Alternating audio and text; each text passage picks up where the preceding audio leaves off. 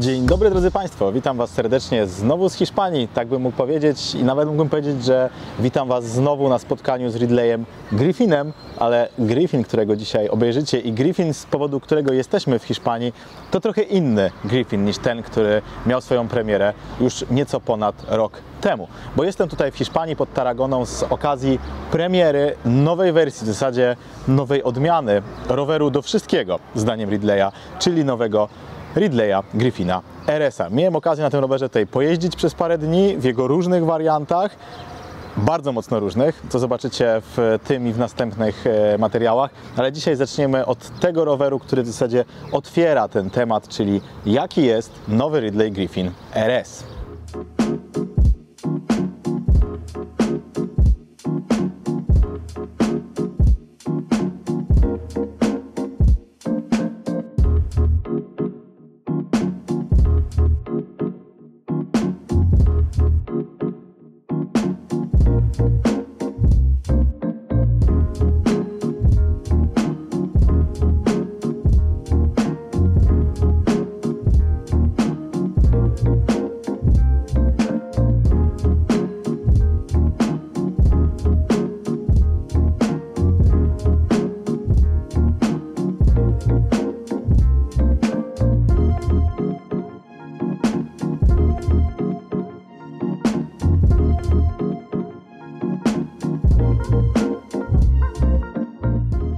Słuchajcie, na początek proste wprowadzenie dla tych, którzy nie są w temacie, jakim rowerem jest Ridley Griffin. Rower, na którego premierze byłem w 2022 roku, to była w zasadzie późna jesień, prawie zima 2022. Wtedy pokazywałem Wam ten rower na Teneryfie. Tam odbywały się testy przedpremierowe tego roweru i Ridley Griffin miał być tym najbardziej uniwersalnym rowerem w okołoszosowej ofercie Ridleya, czyli w porównaniu z typowym szosowym modelem, takim jak Fenix Slick, ma więcej miejsca na szerokie opony, ma bardziej allroundowo zorientowaną geometrię, a w porównaniu z gravelami takimi jak Kanzo Fast czy Kanzo Adventure mimo wszystko ma bardziej szosowy charakter. Czyli jest to rower, jak dzisiaj ładnie to nazywamy, Road Plus albo po prostu allrounder, rower do jazdy po wszystkich nawierzchniach. Griffin miał swoje plusy, nie ukrywam, że ja jestem wielkim fanem tego typu koncepcji rowerów, czyli rowerów, na których możemy jeździć spokojnie po szosie, w zasadzie na wszystkich ustawkach szosowych, a myślę, że jak mamy nogę,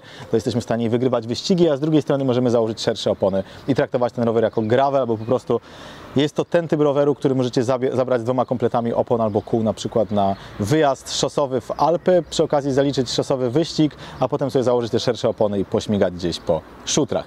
Niemniej jednak Griffin miał pewne wady, o których mówiłem Wam w przypadku tamtego materiału i był też tym rowerem, który zgodnie z filozofią Ridleya miał być takim bazowym, karbonowym modelem, jeżeli chodzi o rodzinę Griffin, bo Ridley ma teraz taką filozofię, że w przypadku niektórych modeli pokazuje modele bazowe, czyli takie jak na przykład Falcon, jak Griffin, chociaż z Falconem to jest akurat trochę bardziej skomplikowana historia, i do nich pokazuje wersje takie elitarne, takie najbardziej zaawansowane, oznaczone jako RS. No i właśnie taką sytuację mamy tutaj, czyli Griffin RS ma być tym lżejszym, tym sztywniejszym, tym szybszym i tym droższym, jeżeli chodzi o rodzinę Griffinu, więc ten rower naprawdę taki jest, naprawdę jest lżejszy, bo frameset tego roweru jest 140 gramów lżejszy od zwykłego Griffina.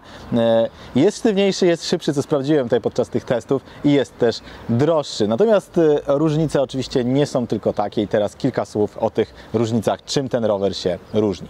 Słuchajcie, może ważniejsze to, czym ten rower się różni od poprzednika, jest to, czym się nie różni, czyli tak naprawdę ten rower przede wszystkim, mimo tego, że jest lżejszy i ma bardziej nacisk położony na pewne cechy przydatne w wyścigach, to nie zmieniła się zupełnie jego geometria i nie zmieniła się ilość mocowań, bo elementem, który jest bardzo mocno wyróżniający dla Griffina, jest to, że jak na rower, który w zasadzie pewnie jak teraz go widzicie, wygląda jak zwykła szosa, ma bardzo dużo mocowań do różnego ekwipunku bikepackingowego, bo mamy tutaj oczywiście komplet mocowań, takich jak mocowania na górnej rurze, które są schowane pod taką zaślepką. Mamy po 3 otwory montażowe na dolnej rurze, po 3 otwory montażowe na rurze podsiodłowej na bidony i 3 otwory montażowe pod rurą dolną. Mamy mocowanie do błotników, a nawet mamy miejsce na poprowadzenie przewodu od prądnicy na przykład do oświetlenia tylnego czy do jakiegoś powerbanku. Więc tutaj tych opcji bikepackingowych jest bardzo dużo, a mimo tego, że ta rama jest odchudzona, to to dalej zostało. Czyli ten rower dalej, jeżeli chodzi o bikepacking, ma powiedzmy duży potencjał, a nawet ten potencjał został zwiększony, ponieważ tutaj wewnątrz ramy tego roweru pojawiają się takie tajemnicze otwory. Jeden jest na dole, dwa są u góry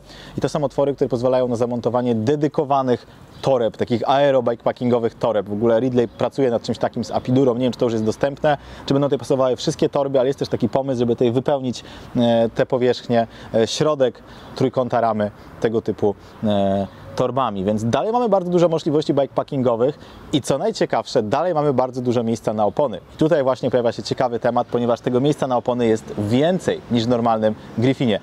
Jeżeli oglądaliście moją recenzję zwykłego Griffina, to pewnie pamiętacie, że narzekałem w przypadku tamtego roweru, że kiedy chcielibyśmy go skonfigurować pod 2 blaty, a uważam, że większość osób tak zrobi i ten rower jest wręcz stworzony do napędu z 2 blatami, bo ma bardzo mocno szosowy charakter, to będzie problem, ponieważ maksymalna szerokość opon przy 2 blatach to 38 mm, a ja uważam, że w dzisiejszych czasach standardem jednak, jeżeli chodzi o szosę, jest 40 mm. Więc projektując tego typu rower, wydaje mi się, że w dzisiejszych czasach minimum jest to, aby jednak mieściła się 40. Więc co Ridley zrobił? Ridley sprawił, że nowy Griffin RS mieści opony 42 mm, niezależnie od tego, czy wybierzecie go w konfiguracji z 1 czy z 2 blatami, a dostępne są obie, bo ten rower w zasadzie można sobie kupić już gotowy na stronie Ridleya, w sensie spersonalizować, bo to do tego dojdziemy za chwilę, ale w przypadku Ridleya akurat jest dużo opcji personalizacji strony wizualnej roweru, ale rower można zamówić w gotowych konfiguracjach właśnie albo z 1 blatem i na przykład napędami SRAM-a, albo można go zamówić z 2 blatami z absolutnie typowo szosowymi napędami, takimi jak Shimano 105 Di2, jak Ultegra Di2. Właśnie na Ultegrze tutaj jeździliśmy, więc mimo 2 blatów, mimo możliwości założenia naprawdę dużych blatów, normalnych, szosowych, zawsze 42 mm, jeżeli chodzi o opony, wejdą. Co się zmieniło? Zmieniła się, tak jak mówiłem, waga spadła, pojawiło się więcej miejsca na opony w przypadku tego roweru. Mamy też nową sztycę, która jest bardziej aerodynamiczna i zbliżona wizualnie do tego, co mamy w Ridleyu w Falconie RS.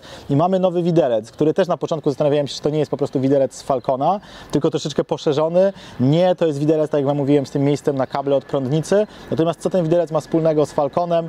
To, że tutaj też Ridley zastosował ten swój patent aerodynamiczny, który nazywają dyfuzorem, mianowicie kształt korony widelca jest tak zaprojektowany, aby powietrze, przechodząc pod spodem, rozpływało się na boki, omijając dolną rurę i nie powodując zawirowań powietrza, które mają mieć wpływ na większe opory aerodynamiczne. Podobno zmniejsza to opory aerodynamiczne o 5%, co pewnie jest absolutnie nieodczuwalne. Umówmy się, wiemy, jak to działa.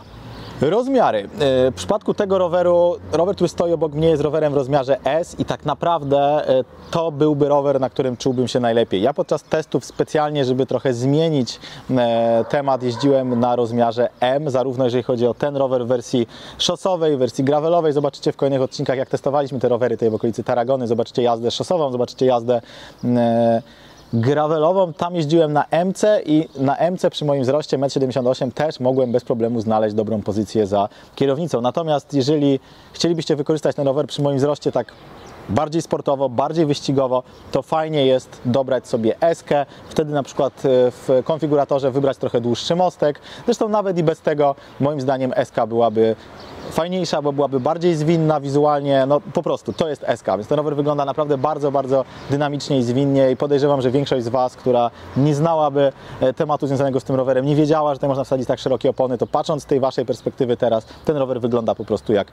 szosa w rozmiarze S, całkiem dynamiczna szosa. Natomiast M-ka spokojnie od 1,70 m, myślę, że 6, 7 do 1,80 m kilka, myślę, że nawet do 1,85 m. Jeżeli chcecie uzyskać znowu efekt dynamicznego roweru, spokojnie sobie da radę i będzie Wam się na tym rowerze wygodnie jeździło. Jak ten rower jeździ? Tutaj, tak jak Wam mówiłem, miałem okazję ten rower przetestować przez 3 dni, zarówno na szosie, jak i na szutrach w konfiguracji z oponami 32 mm i obręczami 38, które widzicie teraz na szosie, i z oponami 35 mm i też wysokimi obręczami w konfiguracji gravelowej. Jeżeli chodzi o szosę, pierwsza rzecz, która mnie uderzyła, porównując ten rower do zwykłego Griffina, to to, że on jest sztywniejszy. Więc kiedy testowaliśmy Griffina, mówiłem Wam o tym, że mimo tego, że ten rower ma całkiem zbilansowany charakter i nie jest przeciągnięty w stronę gravelową, to jednak czuć było podczas podjazdów, podczas przyspieszania, że jest taka pewna zwłoka związana jednak z nieco inną geometrią i inną konstrukcją ramy, nastawioną trochę bardziej na komfort. Po prostu porównując Griffina do zwykłej wyścigowej szosy, jest ten rower jednak taki nieco bardziej spowolniony przy reakcjach. Może nie jest tak bezpośredni w reakcjach, natomiast w przypadku tego roweru Mamy nieco inaczej zaplecione włókna karbonowe, jest on też lżejszy i uwierzcie mi na słowo, naprawdę czuć różnicę na podjazdach. Ten rower praktycznie zbiera się jak wyścigowa szosa, jest bardzo chętny do jazdy, do przyspieszania, bardzo łatwo go rozbujać i to jest naprawdę odczuwalna różnica w porównaniu do zwykłego Griffina. Jest też sztywniejszy i to jest element, który moim zdaniem był takim kluczowym do sprawdzenia, bo o ile na szosie jeździło mi się na rowerze bardzo dobrze, tak jak Wam mówiłem, na szosie jeździ po prostu jak dobra szosa. Nie powiem, że jak może wyścigowa szosa, ponieważ jednak mimo wszystko ta geometria, jeżeli byśmy sobie mieli możliwość zrobienia właściwie tak jeden po drugim porównania na przykład Falcona RS-a z Ridleya z Griffinem RS, to w takim porównaniu będzie czuć, że ten rower jednak jest troszeczkę bardziej spokojny, jeżeli chodzi o reakcję przyspieszenia i po prostu jazdę na szosie, natomiast nie mając takiego bezpośredniego przejścia z dnia na dzień, w zasadzie dla większości osób, które wsiądą na ten rower przesiadając się na przykład ze starszej szosy, takiej nie bardzo wyścigowej, z szosy Endurance albo z gravela, to ten rower będzie po prostu jeździł jak szosa. Natomiast ja byłem ciekawy, czy przy takiej konfiguracji ramy, przy takiej sztywności ramy, ten rower nie będzie po prostu zbyt sztywny jako gravel. I muszę Wam powiedzieć, że nie jest źle, mimo tego, że jeździliśmy na oponach 35 mm, które miały dość wysokie ciśnienie. Tak jak mówiłem, tutaj wchodzą 42, pewnie wolałbym, żeby tutaj były minimum te 40, 35 to moim zdaniem na warunki szutrowe jest po prostu za wąska opona, zwłaszcza jak można mieć oponę szerszą. I mimo tego naprawdę nie było źle. W sensie znam rowery, które są dużo bardziej sztywne, mimo tego, że teoretycznie, konstrukcyjnie są po prostu gravelem, więc nie jest źle, nie jest też idealnie, w sensie mimo wszystko nie da się zrobić tak, że rower będzie lżejszy i sztywniejszy na szosie, a zarazem stanie się bardziej komfortowy w terenie. Ten rower na pewno nie jest bardziej komfortowy niż zwykły Griffin, ale dalej jest akceptowalnie i w terenie tym rowerem da się jeździć. To nie jest tak, jakbyście wzięli super sztywną wyścigową szosę i wsadzili tam szerokie opony. Nie jest tak, jest trochę więcej komfortu. Jak podsumować? Tak jak Wam mówiłem, ten film to dopiero wstęp do historii z Griffinem, bo mogę Wam od razu zdradzić, że podczas tej premiery Ridley zaprezentował w zasadzie 3 rowery, czyli jednym z nich jest Griffin RS w wersji konfiguracji szosowej, konfiguracji gravelowej, a drugim rowerem jest e-Griffin, czyli tak Ridley równocześnie na bazie tej ramy, w zasadzie na bazie ramy zwykłego Griffina stworzył e-bike'a i w jednym z następnych materiałów zobaczycie wrażenia z testu właśnie e-bike'a, który ma dokładnie taką samą geometrię jak Griffin i ma być rowerem elektrycznym, który ma pozwolić zapomnieć o tym, że jest to elektryk, po prostu ma być to rower, który sprawi, że będziecie jeździć jak po prostu na Griffinie, tylko szybciej, więc ten materiał też będzie. Od razu też Wam mogę zdradzić, że Ridley pokazał też w końcu Griffina A, czyli aluminiową odmianę Griffina, tą najtańszą, bardziej budżetową, bardziej przyjazną domowym budżetom i to też jest dość ciekawy rower. Mam nadzieję, że uda mi się go tutaj nagrać również, bo tego akurat jeszcze nie jestem pewny, że też go zobaczycie. Jak mi się go nie uda nagrać, w sensie recenzji, tak coś o nim powiem w jednym z następnych materiałów, bo warto, rower zdecydowanie jest ciekawy, więc 3 nowe rowery na bazie platformy Griffin, więc obecnie Griffin to już naprawdę topowa szosa albo topowy rower Road Plus, czyli Griffin RS. To elektryk, który jest zbudowany dokładnie tak samo, bo w przypadku elektryka wykorzystano napęd Mahle zabudowany w tylnym kole, w związku z czym też jest to rower, który ma normalne szosowe albo gravelowe napędy, więc też jest bardzo mocno zbliżony do tego roweru. No i aluminiowy rower, który ma otwierać ofertę i sprawić, że będzie ona bardziej dostępna. Więc tyle, jeżeli chodzi o spotkanie z Griffinem RS, tak jak tutaj zaznaczam, ten rower nie jest żadną rewolucją. To jest po prostu rower, który uzupełnił zwykłego Griffina o pewne cechy, które mam wrażenie, że na rynku obecnie są potrzebne, bo jest naprawdę sporo osób, które chcą kupić nietani, droższy rower, który będzie miał możliwość sprawnej jazdy i po szutrach, i po asfalcie. Takich rowerów jest coraz więcej, na przykład widać to chociażby po nowościach od BMC. Ten segment się mocno rozwija i właśnie odpowiedzią na takie wołanie na puszczy jest Griffin RS, czyli rower do wszystkiego, ale z zacięciem wyścigowym. Czyli rower, który w sumie mógłby też się nadawać na jakiś szybki wyścig gravelowy i w zasadzie pewnie wtedy by nikt nie zobaczył, że to nie jest gravel. A na szosie pewnie wiele osób nie zobaczy, że to też gravel. Dzięki za uwagę, dzięki za dzisiejszy odcinek.